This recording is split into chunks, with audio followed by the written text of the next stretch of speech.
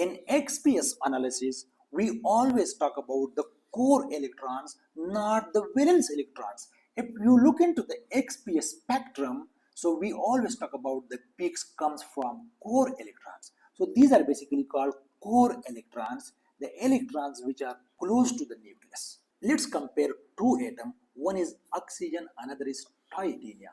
Titania is a bigger atom. So we know that the binding energy for these core electrons are less. So the peak will appear here. This is oxygen peak here, because we know that the binding energy is less here. While in the case of titania, the binding energy is higher. So the peak for titania will appear here. This is how XPS reveal information about the elemental analysis using core electrons. Once I see this peak here, so I will realize that this peak is from bigger atom. Once I see this peak at lower binding energy, so I will think that this is from oxygen, nitrogen, from lower atom. And finally, these core electrons are less affected as compared to the valence electron. How? Uh, these core electrons are only affected by the nucleus or the nearest orbitals or shell, and somehow from the nearest atom. But there is a very slight change, and that change is somehow from 0 to 10 electron volt, and this is we call chemical shift here. While the valence electrons affect a lot, there is a huge variation in the binding energy. Why? Because they can make bonding here, and this bonding is from all sides. So using binding energy of the valence electron, it is not a good idea to use it for elemental composition, while the core electrons binding energies are the perfect calculation for elemental analysis. In X-ray Photoelectron Spectroscopy, we always talk about the core electrons. When we talk about the XPS peaks here, so the peaks are basically from core electron like first S, 2S, 2p. We are not talking about the valence electrons. So let's explain this in this video.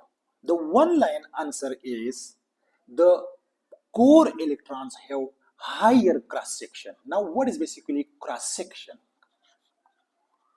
Cross section basically means the probability of photoionizations. So if you look into the valence electrons, so valence electrons are loosely bound to the nucleus. So they have very low binding energy, and they have also lower cross sections because there is a less probability for the X-ray to interact with the valence electron as compared to the core electrons. And the core electrons have higher binding energy here. This binding energy is far higher than the valence electrons binding energy because these electrons are under more influence of the nucleus. The second important reason is in XPS we use two type of X-ray sources. One is from aluminum and one is from magnesium, and the range is basically from 0 electron to 1400 electron volt. So this means that this XPS is designed for core electron emission, because we know that these core electrons binding energies are almost, for some elements, almost 1000 here. We know this. But the valence electrons binding energy is almost 10 electron volt. So it makes no sense that XPS is designed for valence electron emissions. For valence electron spectroscopy, we have another equipment and another technique that is called UPS, ultraviolet photoelectron spectroscopy. There we use ultraviolet because the penetration power of ultraviolet is less than the X-ray penetrations. So this is why this technique is specially designed for valence, and XPS is specially designed for core electrons emission. This is basically the general phenomena here, that when we shine X-ray here, so this means that this X-ray emit different electrons from the sample here. So some electrons are basically from core levels like the core electron, and some may be from valence electrons. So if you look here, so basically the XPS peak, basically if you look here, so the core electron basically make sharp peaks here, very distinct and clear peaks here, and these some other electrons basically which comes from the deep area, which come from the core electron, but they basically make the background here, right? And from the valence electrons, where are they? They are there. They are there. There is no doubt. They are there, but they make very small peaks here, and it is almost not visible, and it is difficult to observe as compared to the core electron peaks. Let's compare these two atoms. Let's suppose this is basically oxygen here, oxygen, and let's suppose this is titania here, right? So in this case, we have more number of electrons. In this case, we have less number of electrons. So for this case, the binding energy for these electrons, are basically very, very less than the binding energy for these electrons. So this simply means that the binding energy for titania is far greater than the binding energy for oxygen. And I'm talking about particularly this first S. This I'm talking about the first S here. The first S. Why? Because there is a more attractive force. These electrons are under pressure, under stress because of this huge nucleus here. Because in this nucleus, more protons are there. So in this case, there are less protons. So this is why once the X-rays shine here and it emit this type of electrons from this bigger atom. So in XPS, we will have peaks here at higher binding energy. This is binding energy, electron volt, and the binding energy increases from left to right. Let's suppose this is 1400 here, and here is 0. So this means that the binding energy for this electron from the first s orbitals shell for titanium will be here. And for this oxygen, the binding energy from the same one s may be here. This is why XPS reveal about the elemental identification. This peak is basically, if it is from 1s here, this is also from 1s, this is oxygen and this is titania.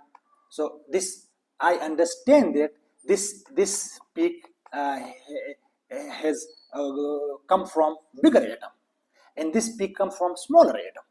This is why XPS is basically a core phenomena, and it talk about the core electrons. Now let's read this little bit.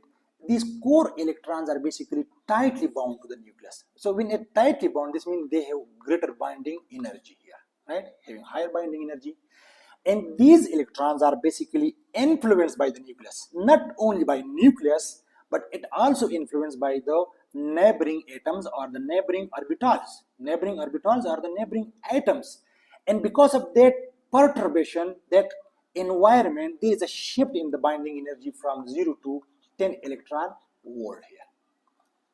And this shift is basically very important. This is basically symmetric for insulator, and it is asymmetric for conductors, because there is a more variation here, and for insulator there is no variations, right? The second important thing is we explain here that the X-ray sources are in this range energy here. So this means that we also know that the binding energy for elements are in this range here, almost 1100 electron volt. So this means that these energies are sufficient basically for the core electrons, not for the valence electrons, right? So because you see here, this is the important point here, right? Because this energy is matching with the core electron energy here. So there is a higher probability and higher cross section for these photoionizations, right? And the next thing is basically the core level electrons are less affected, as I mentioned here, as compared to the valence electron, because the valence electron basically making bonding with the neighboring atom, right? They also roaming here, like roaming mean they are roaming from, because they are easily influenced, while the core electrons are less influenced. This is why the information from the core electrons are exact information. Now, as I mentioned there, the valence electrons are basically loosely bound to a nucleus, and they have lower binding energy, and they are involved, they are influenced on that because of this chemical bonding. You see here with a neighboring atom, they are more prone to the environment here. So the binding energy of these electrons can vary significantly with different chemical environment and will not carry information about any single atom, because it's very difficult to infer, to extract the information about the elements from the valence electrons, because there is a disturbance, there is a variation all the time, so it will not give us the exact information. So therefore it is difficult to obtain distinct and clear XPS peaks because of its lower cross section. Lower cross section means that the probability for photoionization is less here, and in that case we use UPS technique.